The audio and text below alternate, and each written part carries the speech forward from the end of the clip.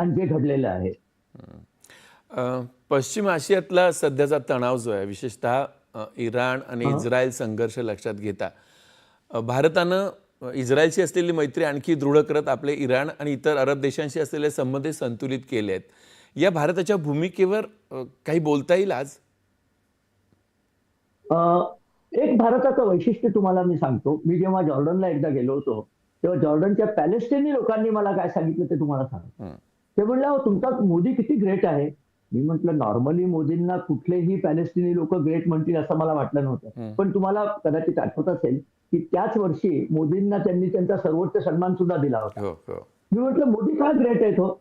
तर ते म्हणले, "अहो परवा त्यांनी नेतान्याहूला खडे बोल सुनावले, की तुम्ही असलं करायचं नाही वगैरे. आम्हाला फार भयंकर आवडलं." म्हणजे काय आहे, हे जी कसरत आहे तारेवरची, की पॅलेस्टिनी लोकं, अरब लोकं, इराण आणि इस्रायल त्यांना दोघांना खुश करत आपल्या देशाचे जे काही फायद्याच्या गोष्टी आहेत त्या काढून घेणं, हे करणं मोदींना फार चांगलं जमलं होतं. मोदी आणि त्यांचं सरकार, नुसतं मोदी म्हणत नाही, त्यांचं सगळं मंत्रिमंडळ. त्यांना ते फार चांगलं जमलं होतं.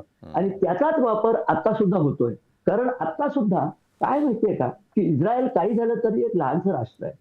तुम्ही 1 कोटी लोकसंख्येच्या राष्ट्राकरता बाहेरचे जे आपली साधारण भारताच्या बाहेर जे आपले लोकं नोकरीला अरब देशांमध्ये जातात, त्यांचीच संख्या 70 लाख आहे. त्यामुळे त्या 1 कोटी करता तुम्ही या 70 लाखांचं भविष्य बिघडवू नाही शकत. त्यामुळे हे बॅलन्स आपल्याला करायलाच पाहिजे. Terrorist zero tolerance.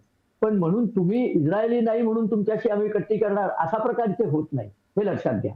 आणि त्याकरता या सगळ्या देशांशी संबंध ठेवायचे, त्यांच्यातनं शांततेला आवाहन करायचं. G20 मध्ये नरेंद्र मोदींनी जे सांगितलं वसुधैव कुटुंब, ते अतिशय महत्वाचं आहे आणि माझ्या मते तो संदेश आता बऱ्याच देशात पोहोचलेला आहे.